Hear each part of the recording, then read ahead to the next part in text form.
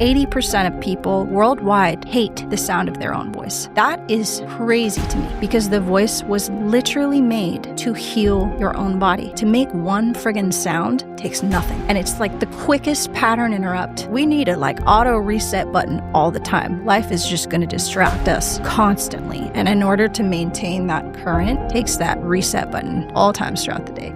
Some say your voice is just a tool to speak, but today's guest believes it's the key to healing your body and accessing your soul. She has made it her mission to help people trust the sound that has been buried inside them since birth. Please welcome to the show, Leah. Free. I had more responsibility than I wanted to as a child, and I did not know where to put that pain. Where did the pain come from? The falling point of my family and the people that I love the most. Seeing these powerful, powerful creators forget who they are. You don't talk to your father like that. You don't talk to your brother like that. You don't talk to me like that. You don't say that. You hurt my feelings. It just takes the actual life out of the voice. So we chew the things that we consider acceptable, and by the time the actual truth comes out of our voice, it's shaped into portrayal that isn't really even ours. Do you think this expression is kind of helping people understand deep down who they are, what their why is? Personally, I believe that purpose is like a seed that's pressed into your chest at birth. But I feel like Leah, Free. Chris, Welcome to the show. Good to see you. What does vocal liberation mean? Well, it's my middle name. First starts. It's your middle name. It's my middle name. Vocal liberation to me is getting back to the voice that we were born to contribute into the world. This is the authentic voice that was placed into your chest. Something I always say in voice liberation, which is this practice to get you back to your true sound.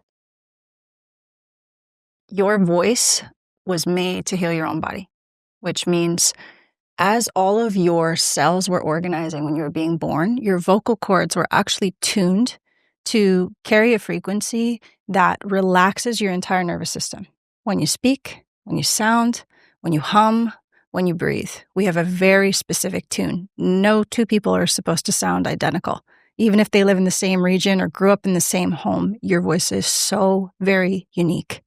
And when you sing or speak or say your name or tell your truth from that regulated, honest voice, not only do all of your cells vibrate in a way that regulates your system and puts your cells in homeostasis, but it also contributes a wavelength and a frequency of authenticity and warmth, which makes you more magnetic, more approachable, more of service, and more available to contribute your actual gifts to the world. Now, that sounds delicious, right? And most of us at birth are shushed in many ways. Quite literally, the baby screams and then it's an immediate shh, shh, shh, shh, shh, shh, for our first breath. Shh, shh, shh, got you.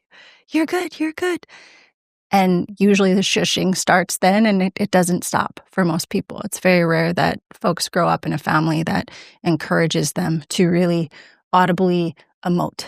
And understandably so, because those big sounds and big primal emotions can take us right back to an animal feeling state, which can feel a little scary to trust because there's a lot of power in there. So it's easier to refine. So do you feel like you were saying our vocal and the way we express our vocals kind of what comes with that is authenticity? You're saying people are, when they're not expressing their vocals as much, they're less authentic? Is that kind of what you were saying? I say it plays a huge part. I mean, your voice in the world is your almost first and foremost contributing force. And not to say that you can't do incredible work without being tuned to your deepest, truest voice, but the level of actual enjoyment, delight, cellular regulation, and a frequency of authenticity that passes is so much more efficient when you take the time to discover the sound that actually wants to come out of you. You know what I'm thinking? This is very random, could be completely wrong, but whatever's going on inside this meat soup, it's kind of one of the only main holes that we use, that comes out. Whatever's coming out of here, it's kind of coming out from the inside of us. You bet. And so potentially it is like an expression of what we're feeling deep down. And if we can embody that, then the right stuff will come out that makes us light up. Exactly. So I'm not crazy saying. No, you're right on to what we're expelling out of the face hole. Right. The cool thing about it is it's like it doesn't matter what you're feeling or what you're experiencing so long as you are tuned to it, which means that your breath is almost cradling the sensation in a way that you can feel your body send a breath around that emotion, which takes tuning. It takes practice to be able to feel like breath work. We're like, wow, I didn't even realize that, my left lower lung is pinched. I'm not receiving as much breath there. Or like, yeah, there's not that much blood flow happening in the tips of my fingers. It takes awareness to place the breath there.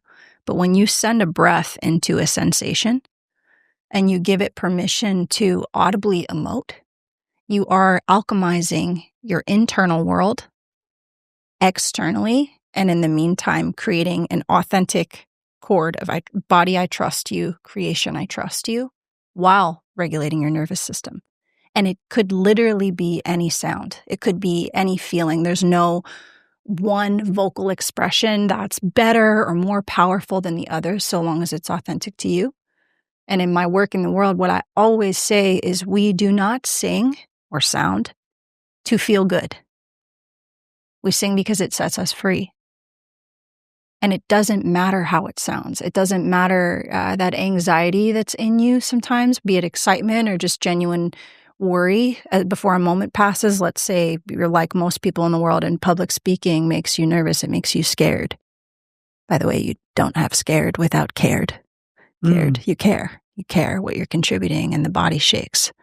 Now, if you were to take a moment to breathe into that anxious state or that insecure state or that overwhelmed state or that angry state, and just notice where your breath is tight and not holding, and you were to give it a sensation, give that sensation a sound, the first sound that comes out would be the one that your whole body would be so grateful to receive. It would tune your cells in a second. It would cue your whole body that we are alchemizing real time, and I trust myself, and I trust what I contribute. When you say this, like, give it the first sound that comes out, what does that mean? Because we just did something just before, and you were saying that, and I was kind of going like, I don't really know. I feel like when I'm expressing a sound, I'm like kind of I'm like just deciding what sound to make, and then trying to make that sound. Of course. But like, what do you mean by the first thing that comes out? Like just the natural thing, the first thing you think of, what does that mean? It's a really good question. And it also boils down to instinct. When your body gets hurt, right? We naturally, like we're not thinking, what sound do I, ow? To like go, the body just goes, it knows exactly where to go. When we are expelling pleasure from our body and letting our system know, yes, that feels good. That first sound that comes out, it's not like you're, you getting it on and you're like, ooh, do I moan like this? Like it just comes out of you. It comes out of you.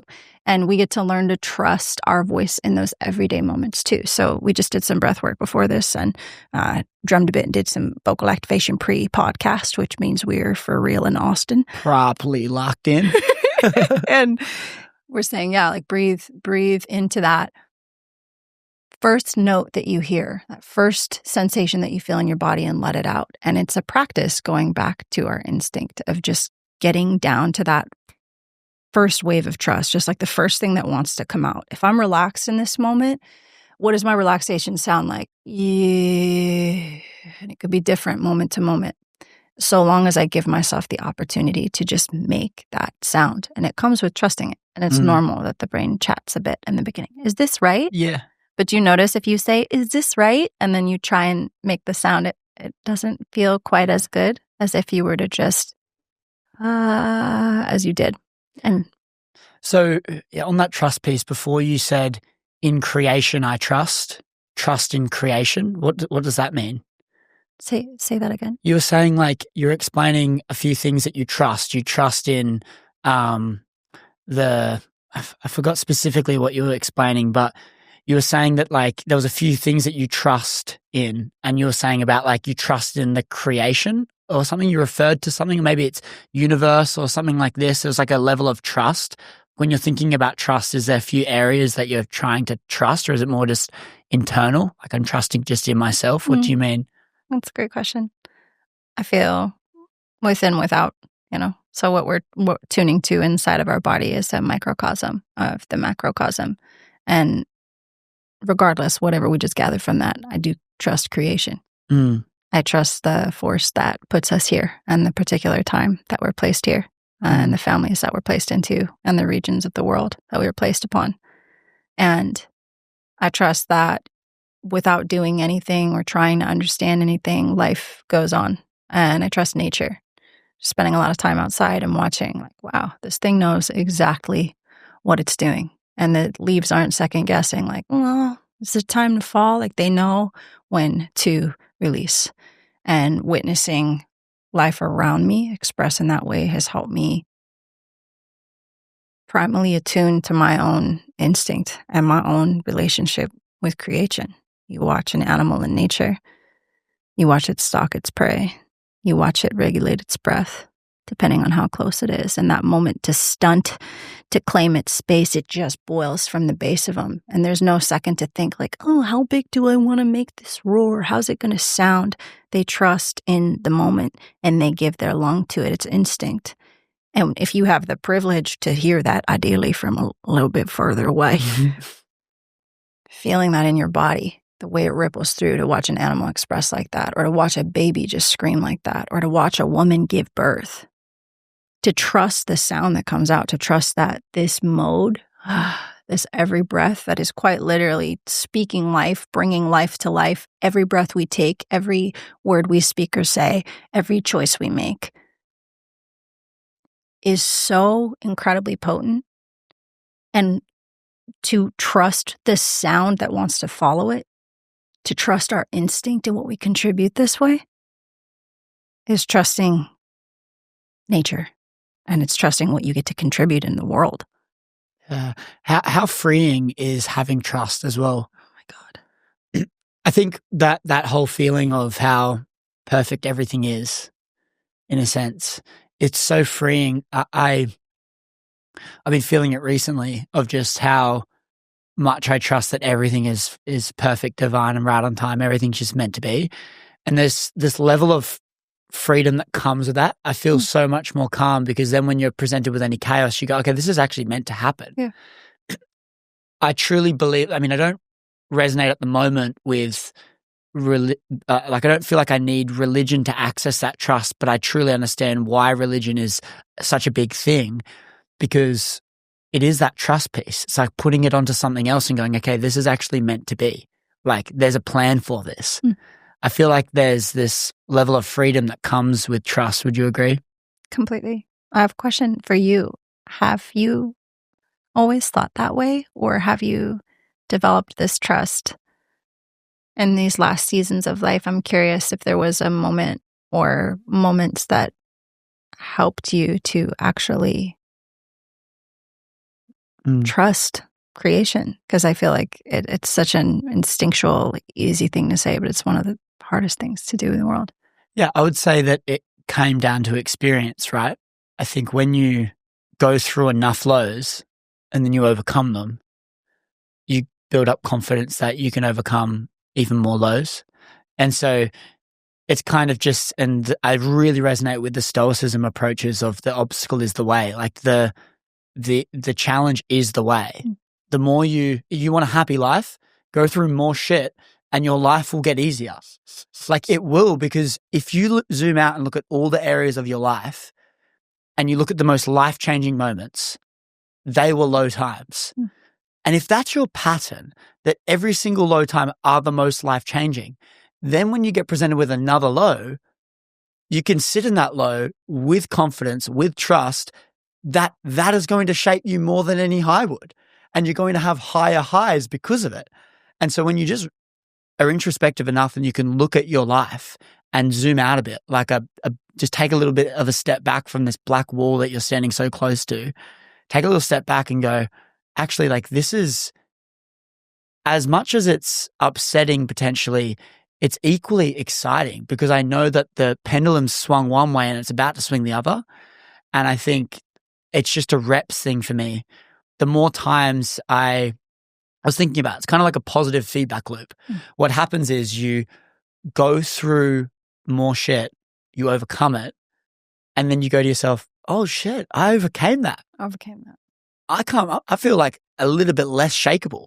And then you go through more and more, and then perhaps something that you perceive to be extremely horrible happens to you. And then you're in that moment, and then you don't feel fazed, or you're very calm. And then you go, hang on, like I used to think this was like the worst thing that could possibly happen, and I'm chilling. My sleep's better than it's ever been. And then it's just this positive feedback loop of, okay, if I can do this, I feel unshakable. Nothing else is going to faze me. And I think what comes with that is the trust piece. Just being able to trust and go, okay, like everything's actually meant to be. If I need to feel sadness, feel that sadness in its entirety, and then move on. I just don't really like this idea of dwelling and sitting in something, but I think it is quite profound when you can develop a level of trust in your life. Absolutely. What's the work that you do specifically?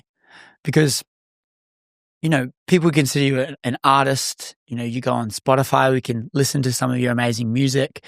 But when you're working with people, doing workshops, what's the goal and what are you kind of doing and unlocking for these people that you're working with? Vocal liberation as a whole is my work. But whether it be one-on-one in mastermind groups for companies or in-person circles or even concerts, the concept is to create a field of acceptance, breath, and steady rhythm. I brought my drum with me. I always got it. When we clock into a space of steady, right? Quite literally head to the mother's heartbeat, OG drum, all come from there. Instinct takes over. It's those moments in life that really cradle you. You feel things move slowly. I'm not really a surfer at all, but I just saw a visual of like being in that pipe of a wave all the way through. Perfect. Yeah. Where you just feel that breath like still and your heart is pounding and you are right there. Riding that moment, resonating with every cell in your body. My job is to create those moments rhythmically. So to hold a steady drum beat and to contribute a sound into the space that people can lean into and trust. A simple, steady sound. And once you're there, then we start to build very, very slowly and naturally these seed sounds, which are it's essentially the vowel system. It's the root and the seed of every word that's ever existed cross-culturally, globally throughout time. And depending on how we constellate them says where we're from in the world. Wow. But when you go back to that OG vowel sound, those instinctive primordial sounds, the body does tune quickly. It's similar to like when you really get in your pocket and you're working out, there's a point that you're like focusing on really lifting the thing. And that at some moment, your strength just takes over and you feel your, like where that body surges and you can just feel your vitality pump through you. The same things happen with this organic sound. And when we find a sound that feels really good, we repeat it in rhythm. We repeat it in rhythm. And repetition builds rhythm. Doing the same thing consistently creates a field of resonance and trust. And once we're there, you drop right out of the mind into the heart, into the creative center, into the lungs, and the organic sound starts to rise. And then we will drum for it. We will sing for it. We will listen carefully to the sounds that actually want to come out. And similar to breath work, how most people, when they go deep into these journeys, have emotional experiences, whether, it would be tear or shaking or screaming even, these bodily responses when we breathe into the corners and the crevices of our system that have not received our awareness of their potency, that they have not been given life in some time. There's usually a little dust that comes out, a little reclamation of that space, even that icky, sticky stuff that gets stored in there from moments that we contract and don't open back up. So my work in the world is to drum for those places and sing for those places and bring the breath and vitality to every single cradle of the body and to listen carefully for exactly the sound that wants to come out and to give it so much permission to move in the room, be it with one person or be it with thousands. And when that sound is contributed continually from a place of authentic, like, "Ugh, I don't even know why this is coming out of me. I don't even care why. I just trust this sound." It will organically build. Your body will completely trust you. And for whatever reason, maybe it's because we all come from a drum somewhere at some point in time. When you're in that state, that ancestral line, the blood that bore you, and also beyond blood, that human commonality, that global language of love and power and praise, like giving thanks for life, that voice comes out. And the opportunity to harmonize together for me has been an opportunity to fully trust my communities, activate within the constellation of people I'm with, syncopate a business, strengthen my trust in my relationships, and know exactly what my contribution in that room is. It's given me confidence beyond. It's allowed me to feel creative and free, and it's allowed me to trust exactly what my body is trying to tell me. And the moment I give myself permission to do that, the moment we give ourselves permission to do that in rhythm, damn, I gotta say, it gets nasty, dirty, fun, funky, and delicious real quick. I love that. Do you feel like, so it's these blockages through, call it traumas or experiences or moments that we've had where our body is kind of shocked up, and then is that being stored somewhere? And then when it's stored somewhere, is that kind of like a blockage that is making us kind of not be able to breathe fully and freely? Completely. And your role is to try and help unlock those and free those, would it say? Completely. Right. I think one of the most rebellious things you can do is expand in the Rebellious things you can do. is expand in the face of contraction. So when life's got you in that, like, oh my God, like, what just happened? Those moments where, if you can learn to tune your breath, to take up space and claim the moment that you just experienced all the way through you, it moves so quickly, real time. It relaxes your body. It moves the energy. It clears the debris. The thing is, though, most of us have not been raised that way. You know, something comes up and it's a ch, ch, ch, and you do that for years and it pushes down and the actual voice gets swallowed.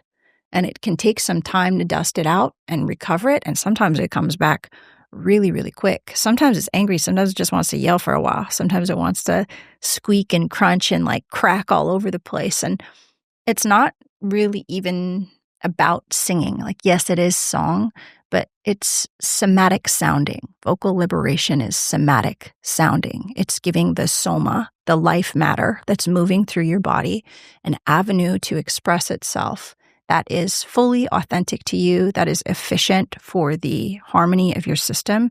And it's also incredibly enjoyable. Like when you get into that pocket, even if it's uncomfortable, it's a very gentle way to move big emotion and also resource big power, big confidence, big joy, big purpose. Where does this purpose and mission and why play a role in this? Is it kind of like people are kind of going on this search to find their why or their purpose in this world? Do you think this expression is kind of helping people understand deep down who they are, which then will give them clarity on what their purpose, what their why is? Or do you feel like purpose and why is something that's introduced before, after the primal days, and it's kind of like this new thing that is in our society? Or what are your thoughts on purpose and mission and why and all of these terms? Just a light question, something light. I think purpose, personally, I believe that purpose is like a seed that's pressed into your chest at birth, and life is the discovery of the ways that that fire is best expressed. And I think it can change throughout our life completely. But I feel like purpose to me is this fulfillment and satiation in the knowing that what we are contributing to the world is nourishing, not only for ourselves, but those around us. And I do believe that at heart, every single one of us is just absolutely precious. Like humans are just we're really cutie. It's goofy. It's weird. We're just excreting every day, all the time, everywhere. Everything we do and create is an excretion. It's kind of weird out here. But so long as that excretion, your song, your podcast, your building product, your, whatever you're putting into the world is authentic to your heart, it's a contribution. It's a true contribution. And I feel like so many of us get really caught up in like exactly what purpose has to look like. But they say the highest frequency, what vibrates at the highest frequency. And for the longest time, I was like, love, peace. And not scientifically, they've proven that the highest vibrating frequency is authenticity. When people are authentic to themselves, they are the most potent and magnetic in their contribution. And to me, that correlation to purpose excites and ignites me. And I found authenticating the voice to be the fastest, most juicy, delicious, powerful, primal, and honest route to igniting your authentic purpose out loud. Yeah. The authenticity is the biggest piece. I've been talking about it a bit recently. I just think, I think the truly feeling like what you're doing is aligned with you, and making your decisions on the premise of what the soul-led version of you is saying and wanting and desiring. It just is it's so much more of a net positive to the world. Come on. Because you're being yourself. People talk about like, I don't want to go into this industry because it's too saturated. I'm like, look, there's only one of you. Literally. And this is the reality of this, is if you try and be someone else, people aren't going to like you. But if you just show up in the way that your soul wants you to be, it's the most magnetic thing. It's the most freeing thing. And, if there's the studies on love and all of these other things that are really high frequency stuff, I would argue that stems downstream from being authentic. Truly. Because then people will actually start to know who you are. And I think that's a cool pillar to strive for. I think if there's a world where we could make the decisions on the premise of what we truly want to do, and the thing that serves us and the people we care about, I think there would be so much more peace, there'd be so much more joy, there'd be so much more fulfillment in our life. But perhaps this system or whatever it is, this society that we're operating in, is just trying to portray something in a different way. It's like what's good is actually not deep down what is good. And then that's kind of taking us on this journey that makes us go away from our authentic self. Do you think that the way that we're influenced in, say, a society like a Western society, like what we're living in and operating in, do you think it creates more challenge for people to be themselves because there's a lot of confusion, a lot of different things that they're being told as they're being brought up? I feel it's dual-sided because on one stance, the privilege in this pocket of world is next level. And as funky as the game is, there really is a system, and there's something to authentic consistency. And if you kind of follow this formula, it doesn't matter what you're creating, but if you're consistent about it and you kind of play by some of the rules, you can get really far here. You can really create something. However, is that thing you're creating sustainable or authentic to your soul? I don't know. I think our value system is changing a lot right now. And this is a little bit, hot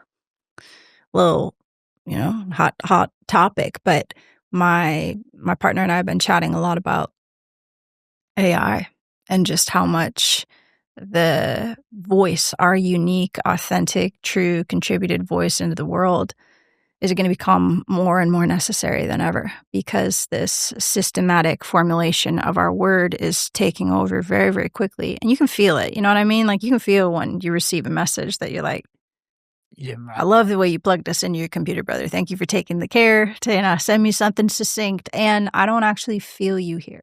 And not only that, but the way that AI has taken so many jobs, it will be taking over so many jobs over these years. My partner says it's a direct press into essentially quick circuiting people into their zone of genius. Because when you're mundane, do the work because this is what they say so job is taken over by a machine, the necessary piece is to actually find your honest contribution, to find where your gift lives, to find the place where you feel like you belong in the world, which can feel so daunting and overwhelming, especially so many of us, man, the family units are struggling all over the world. And that's usually where the voice starts, right there in the family. And to feel like we're being so shaped from such a young age to do things in a certain way, to break out of that can feel really daunting. And it's another reason why I love vocal liberation. I love somatic sounding, because it puts you very quickly back in touch with your real power. It floods oxygen through your body in places of your body that haven't received it in a long time. It quite literally inspires your entire system. Singing, sounding is breath work on crack. I will say it over and over again. And when you give your lungs the opportunity to move information in that way, it just inspires a sense of belonging. I don't know how to say it. Even if you don't really like your voice, it doesn't matter. If it feels good in your body, it feels good in the room. It contributes your authentic creation into this space. And even if you don't want to be a singer or a podcast host or like a big leader of a business, you are practicing out loud every day that my authenticity is welcome here. My contribution is necessary and healing and supportive. And you get to start flexing that muscle. And it's in those moments that I've had the ideas like, oh my God, this is what I need to do. Or I just pass breath through a place that hasn't been breathing in a while. And then all of a sudden I'm like, oh my God, wait a minute. What about that thing that I used to love? What if I did that? People are being pressed right now into their zone of genius. And it's kind of scary, but I think it's actually super brilliant. I think everything is happening to make us fall more madly in love with our own heart. It's just it's a kind of a crunchy path there. Yeah. You said that even if you don't like your voice, why do you think people won't like their voice? What do you think? That's interesting concept, because this happens a lot. I found the people that listen to themselves less don't like their voice more. So like when you listen to yourself enough times, you develop a liking for your voice. Yeah. However, the more you shut it down, the more you don't like it. But then equally, the more you don't listen to yourself, the less you can improve, because you're not even catching what you're saying. If you hear someone on a podcast say like every three words, I know immediately that my guest does not, he will not be listening to this podcast back.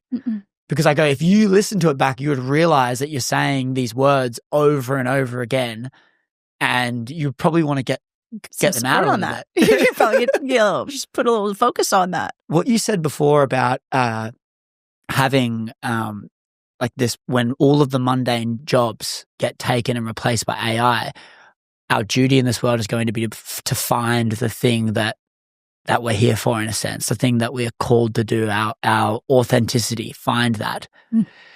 It is changing. The survival is different now. It used to be a physical survival. Now it's a mental survival.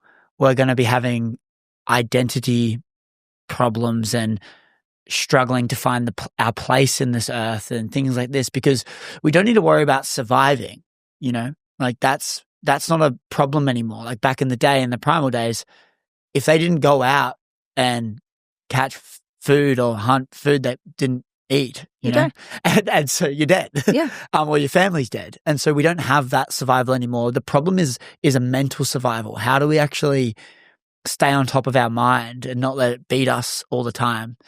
You said on another form that a lot of women confess they're scared to be heard.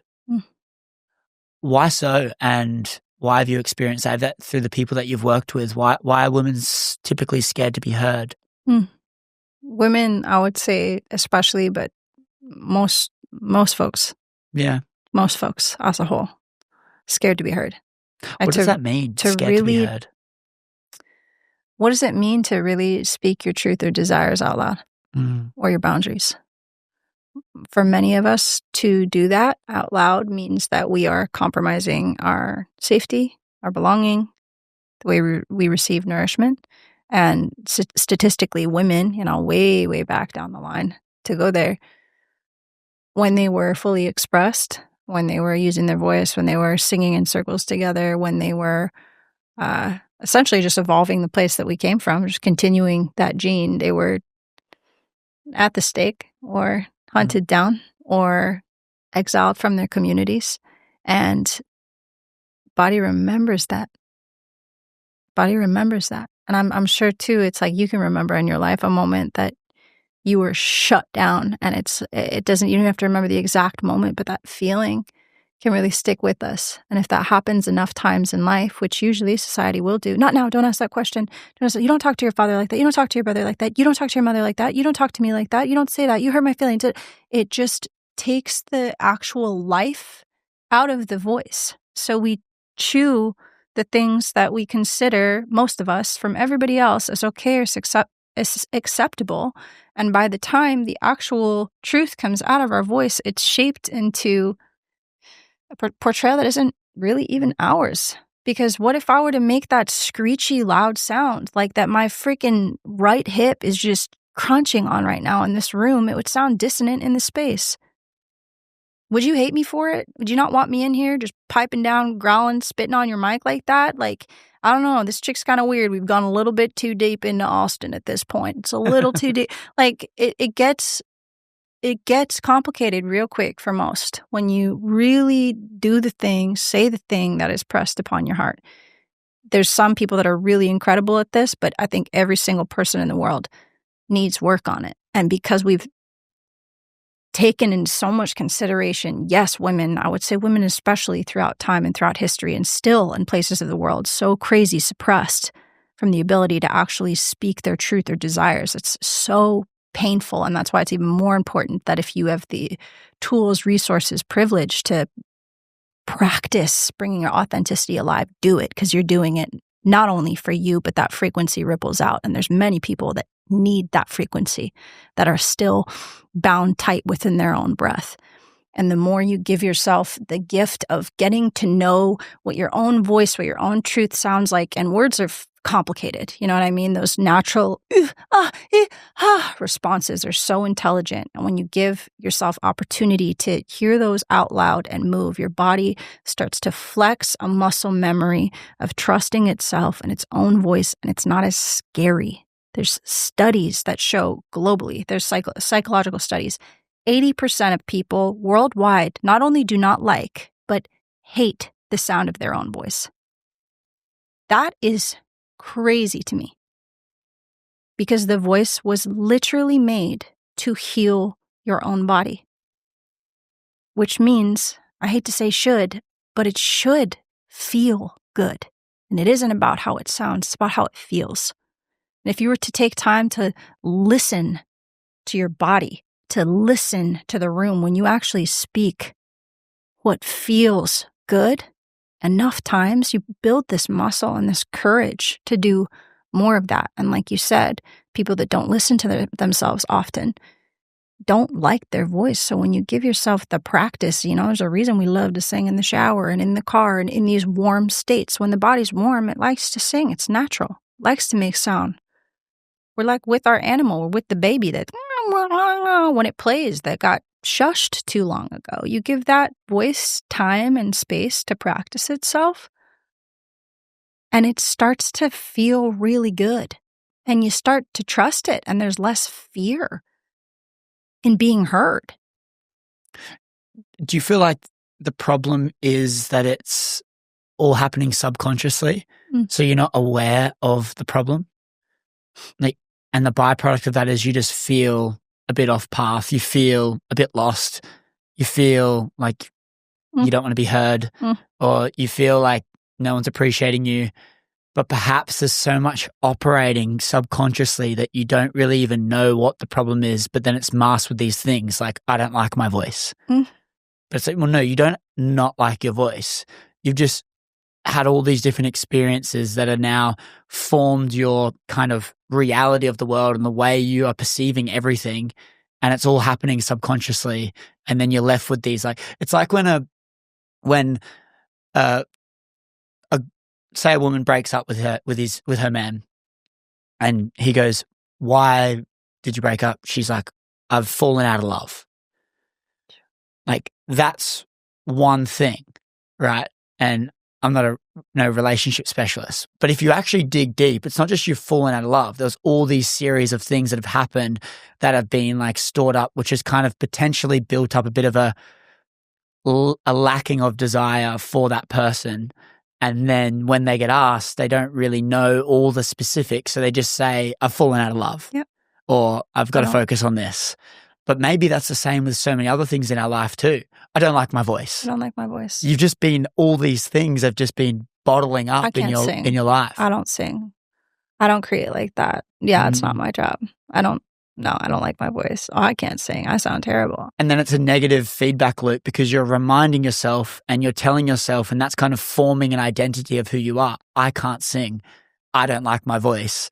And then this all forms, and it's just like a negative reinforcement of something that's not serving you, which is ending you in the place that you don't particularly want to be in. That little bugger. Yeah, it's a stupid mind. Hey, just working overtime and then just sabotaging. God, I feel like it's an interesting thing to actually process. What are all of these limiting beliefs, these imaginary ceilings that we have in our life? What are they? And if we don't like our life, I don't actually think it's about going and searching for it. It's actually, no, we've just got all these things blocking us from deep down who we are. Let's just get rid of them. It's like it's like peeling layers off the onion, not letting this onion grow even more. Truly. Yeah. Do you work with people on a subconscious level, or is it mainly like allowing them to access things through the sound that you're doing? Like when say you were to take a client that comes in and she's struggling with something, and I'm just saying she as an example. I'm sure you work with men and women, but she comes in and she's feeling like there's maybe a lacking in her life or something. She just feels a little bit numb, perhaps. Like, what's the goal here? Is it to help her free up some space, or what's the thing that you're going to be focusing on to help this person kind of get out of that position that they don't like to be in? It's a great question. I would say, each person is different, and I think they all come for a different reason, but at the end of the day, it's to trust your expression and to move energy in a healthy, efficient way, and to maybe even enjoy it and build a skill set or build some confidence and some authenticity in the process. And there's some very physical practices. Yeah, like I love to, it's, even though it's intangible, voice is tangible. You put it out there and you hear it. Sometimes all of this mental, now visualize, what's the actual calculation that you're going there versus we're going to make this sound over and over. And then that sound is contributed to the space. Now we're going to add on 2 notes, drop the breath. Now we're going to widen that next one to the corners of the room. It's almost a guided meditation with a soundscape that you are making. And the cool thing is it's very tangible in that sense, physical practice. But when you are breathing in that way consistently, right? Because song is elongated breath. Your body starts to move into more of a parasympathetic state. And when you are there, the mind can relax, the subconscious can start to release. It becomes a lot more natural. And when you're in that trance state for long enough, you can even access those gamma waves, which are those God waves, those manifestation waves, those waves of, those are hot words, but vital life force, that place of like, whoa, I can't believe it. I know who I am. I know why I'm here. I know who I am. I know why I'm here. And to be in trance state long enough while you're actually contributing your own sound, it's like you're in the subconscious mind, but you're also audibly just pounding that real life drum and tuning both zones of confidence and genius at the same time. And the gift of trance state, right, which I feel so many of us don't experience unless we are in, well, let's just name a handful of the places in life that trance state takes over. Say the roughest place is this. Really easy to just move into trance state and you don't even know what you're doing and you're totally zoned. It's not actually doing anything good for your body. It's pumping punch of cortisol. Then we love to enter trance culturally through pleasure. orgasm has a frequency of trance state. That's why we're always looking for it in everything. And when the body ripples out of mind or out of body or out of mind and just like deep into your cells and then even out of body, it's just the most delicious feeling in the world. I believe that religion and culturally, we go to these places. I always say the best part of church is the praise, the worship, which is really just saying, thank you, life. Like, thank you, life. I'm creating with you. Thank you, life. When you're in that high state of praise, cross-culturally, globally, we know this to invoke more trance states over time. They've measured and tested it scientifically. And then we look into ceremony space, particularly master plan teachers and psychedelic hallucinogens of all different sorts that you can sit with. Especially in these communities, most people only really know trance state if they're, 3 cups deep of thick substance and they got a bucket in front of them and you're riding a DMT wave and you just took something else that with so much potency and beauty and gifts there as well, teachings, there's also that source in you all the time that you have the availability to tap with your breath, with your sound, with your movement, with your touch. And these simple practices, right? Like how many times, you're like, why did I stop doing that thing that I love that's so good for me? Like so weird. I used to do that thing every morning. I remembered I was really loving my life. Like, where did that thing go? Why did I stop doing that thing? It's not a big thing. Like searching for your purpose is not, trying a million hobbies at once and seeing which thing you're best at. It's like doing the mundane task and letting the mind wander and watching where your body just sparks joy or the memories come back of like, wow, actually, I've thought about this thing 8 or 9 times today, and like, I think it's about time to try it or get into it or spark a conversation about it. And that conversation leads to the next friendship opportunity. And that conversation leads to an opportunity where you get to teach it or speak it or work. And next thing you know, you're serving an authentic purpose based off of a moment that you got to actually just trust yourself out loud and enjoy it. Do you feel like it's a consciousness thing? People are too, perhaps they're not very conscious and aware of what's actually happening. Maybe it is things like the scrolling and all of the different stuff that they have in their life, and it's taking them away from the actual moment itself. It's like, okay, well, there's so many things that we're striving towards, so I'm too busy thinking about that. There's all these people that I'm still thinking about how they were thinking about me when I just met these people, and then what am I going to do for dinner later on today, and all of these things. And what happens is it just takes you away from even just being aware of what is happening right now. Yeah. And then maybe when you're not aware, you can't access any of these thoughts and feelings that maybe your body and your soul are calling for and desiring. Ain't that the game? It's like the greatest rewards, the treasure. It takes a hunt and a dig, and it's ripe for those that actually take the time to visit it. And it's so, we all know that moment if you're in yoga, you're in shavasana, you actually like did the cold plunge in sauna and you feel your body relaxing, or you did some breath work when you woke up, or you read your book instead of whatever. It's like all these practices, you took the time to make your own meal and chew it and just be present with what's in front of you. You watched the sunset, like these beautiful moments in life that I feel like we have to sneaky pursue in every moment while all it's like stimulus is happening in the game is to just like Mario Kart dodge through the whole thing and maintain and foster and prioritize those moments that nourish and sustain us. And it's way easier said than done. And I've been, oh my gosh, I've fallen off that horse so many times. And it's one of the reasons I love voice so much. Like I'm relatively not very consistent. Like I kind of try all different things, and I'm zooming and I have all different seasons. And then I'm really in this and I'm really not. And then I'm really into something else.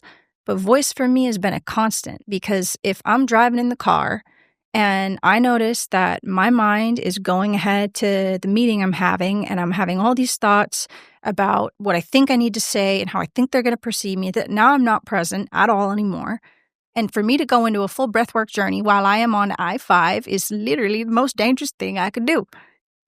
or I'm in a conversation with my, partner. There's a moment of friction and it comes up and I'm like, all of a sudden I'm not in my heart anymore. I'm totally in my head. It's in this thing. I'm working and I'm working and working and working and working and I feel so disconnected from my body. To do a whole practice can be really challenging. To make one friggin' sound takes nothing. And it's like the quickest pattern interrupt that you could possibly choose. I love to also jump and shake and move and like have a little dance break, but those things aren't as efficient in public. We need a like auto reset button all the time. Life is just going to distract us constantly. And in order to maintain that current connectedness and like, I trust this moment. I trust my contribution to this moment. I'm living authentically in my state. Takes that reset button all day, all times throughout the day. I'm in line at the bank, just, yeah. People don't even hear it. The grocery store, yeah. Mm-hmm. They say people that hum throughout the day are more successful. They're more joyful. They're more successful. They get more done. They make more money. People that hum. How fun. Right? So I just like to contribute these little moments of pattern interrupt, the opportunity to hear your inside world. Just give it a steady sound and let it out and feel it. Feel it represents yourself. Like, oh yeah, there I am. There's my voice. Just like that. You can do it anywhere, anytime. It's completely free. You don't have to lose yourself in it. You don't have to do a daily, everyday practice. You can just continue and commit to like, I'm going to give myself permission to make more sound every day, no matter what I'm doing. Mm. Where did this stem from? Have you always been into sound, or has there been a journey where you discovered something and it helped you? And talk to me a bit about your progression in your life to get to where you are today and this love for sound and vocals. Thank you. It's a great question.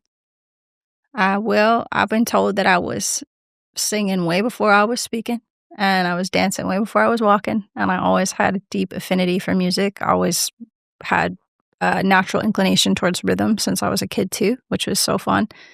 But I came from the perfect cocktail of my mom and dad and got the best of them. My mom is a very faithful woman. I grew up Roman Catholic, and like the ritual of faith and practicing so consistently in that way in prayer, which I think of prayer as having the most honest conversation you can have with the highest part of your heart.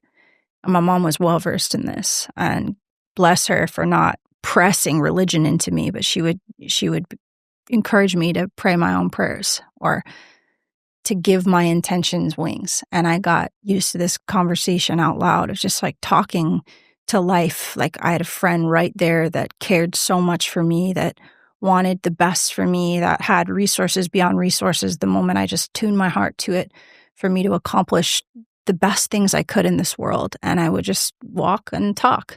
And then that's where the second half came in. My dad is a tracker and a wilderness man and deep in the wild. I grew up in woodsy Montana, like deep, deep woods. And my dad would take me out and he would scout with me and show me, where the footprints led. And then you could see the animal on the ridge, and you get low enough and you're going to tune your breath and you're going to be respectful and you're going to go invisible. And we're just going to witness. Okay, perfect. And then if you look here, this is where you trace the horizon line and yell out. You can hear the echo. Perfect. How cool is that? And I was aware of my surroundings through nature from my dad. And he gave me the gift of feeling like I had a belongingness and contribution on earth side. And then my mom gave me that gift of this belongingness, contribution in spirit realm through prayer. So they trusted me enough to let me take those two and wander. And as a kid, I would go walk into the woods. I'd walk into the backyard and I would sit and I would listen. And I witnessed from a very young age that there is no pack in the wild without a call, and that everything has a voice of belonging, and they sing and they sound for very particular reasons that tune and signal the entire ecosystem. And I would sit out there and I would feel so small.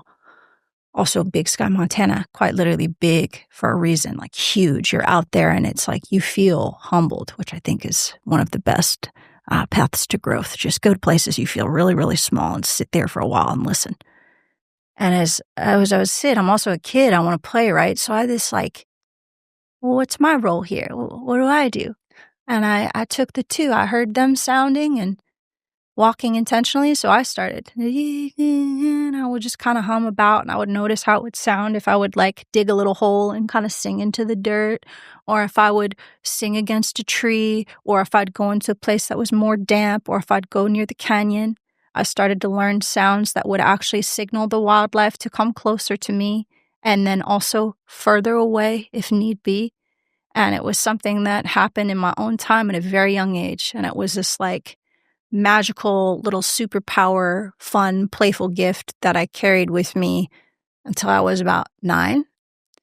And that's when the hobby became the healer, and the depression that runs in my family, the biochemical imbalance took over, and the crutch towards substance came in heavy, and just that underground addiction highway that ran at the shadow side of my family was running pretty rampant. And I had more responsibility than I wanted to as a child, and I did not know where to put that pain. And I didn't have many friends at all, or community, or people to lean on. As much as I tried, life set me up to really press me into this gift like by myself. And that thing that was used to be fun all of a sudden became the healer. And I would go on walks, and I would bring the things I would feel, and I would just give them sound. I would just give them opportunity to come out of me. And I would take bottles, the bottles out of the bin, and I'd collect them after a week, and I'd put them in a backpack. I would never do this again because it's wasteful, but it did serve a purpose. And I would walk up to the cliff's edge, and I would scream into them from the depth of my belly. And we're not taught how to scream as a culture. Ah! That's not where you scream from. You burn your lungs out. That's why so many people lose their voices at festivals. Yeah, nah, oh, that deep low can go and go, and it's our territorial signal. So I would howl into these bottles and just get that pain, that anger, that frustration, that rage, that gunk boiling at the base of my belly. I would give it a voice and scream, and then I would huck these things over the ledge as far as I could. And when they would shatter, I would just, and I would clean my system that way. And I'd walk down quite literally bag lighter, belly lighter, believedness in myself stronger, and emotionally free. And that happened enough times to learn kind of how to cue people and sing to moments that people were having a hard time, or breathe with them in just the right moment, a stranger, and enough people asking me, like, how do you know how to do that?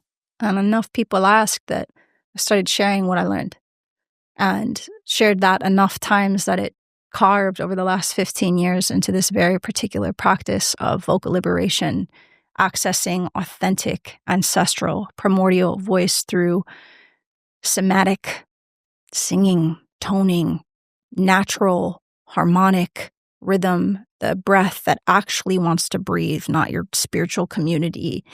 Inhale and exhale, but the way your sound actually wants to come out of you, and create spaces for people to experience that. And it's become the greatest joy of my life, and a body of work that feels so much bigger than me. You're explaining that the way that your body actually screams whenever you do like a holotropic breathwork session, or you do some sort of sound experience. I did one when I first got here. I got very welcomed to Austin with an 8-hour sound with like ancient instruments and all the thing. And yeah, the screaming is like that deep screaming. It's not like a loud scream. But you mentioned just before that you were you're doing all that at the top of the mountains with the bottles to like just express all of the pain you were feeling. Just to move that energy.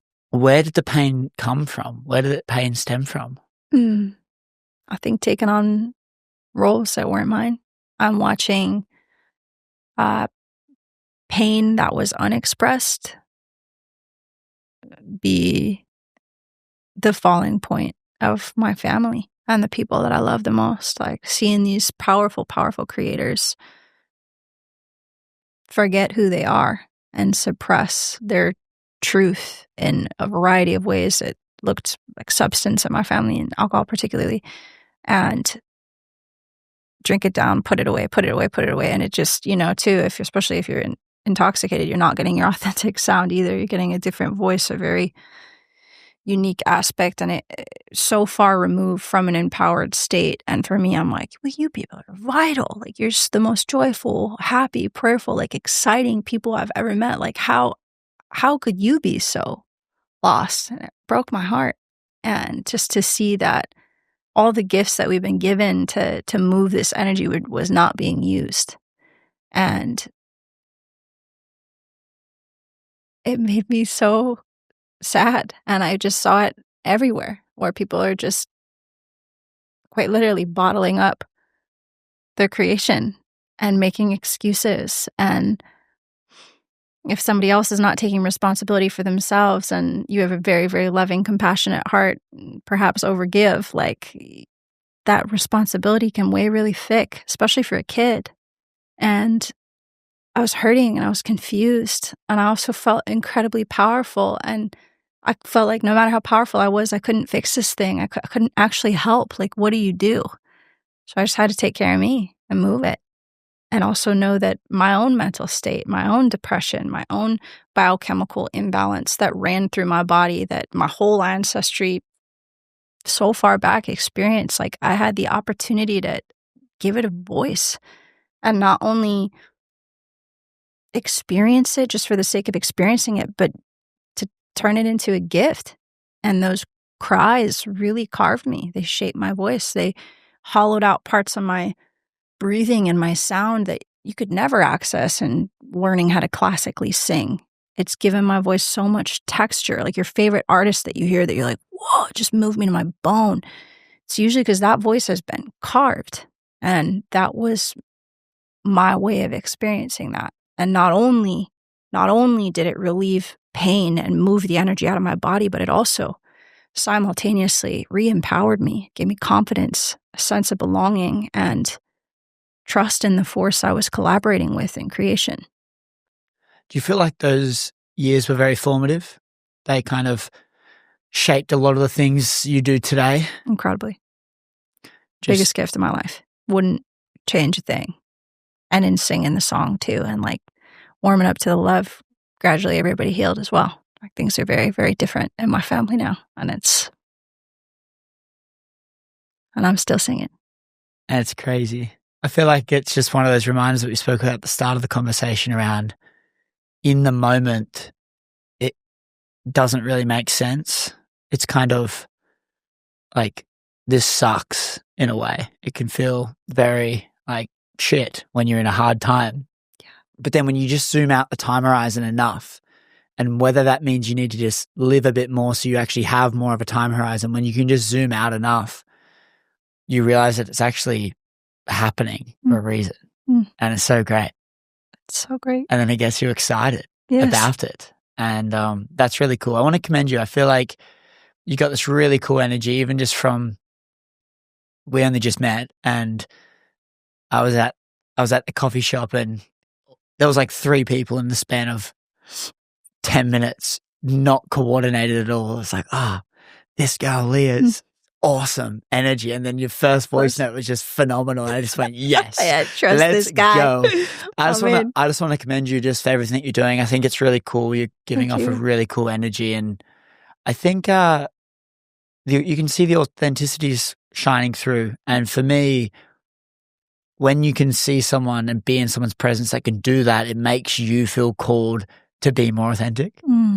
As we said, like, that authenticity is the key. And so even just being in a presence allows you to unlock that a bit more, and that's exciting. So hopefully people on the other side of the screen can feel that as well through you. So thank you so much. And is there anything you want to say before we wrap up? Well, thank you for having me. This is my favorite conversation to have, and just an encouragement for so many of the folks that are listening, that the next moment that you feel like you're in a contraction, notice what you reach for.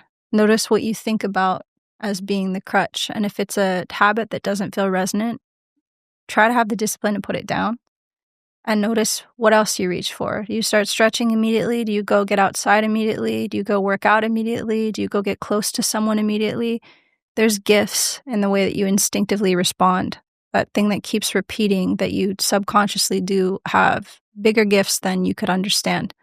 And I would encourage you to take time with them, lean into them, learn them.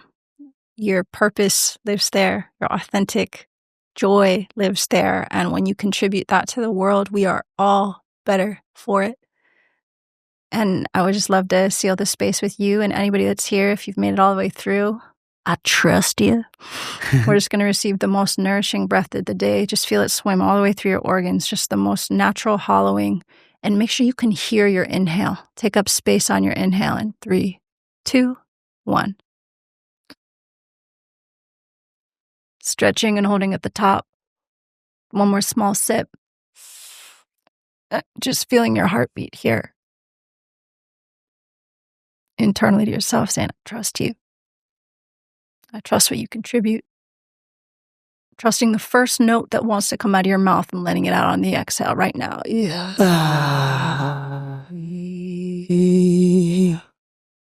And may every breath take you deeper. Thank you so much for having me. I'm so happy to be here.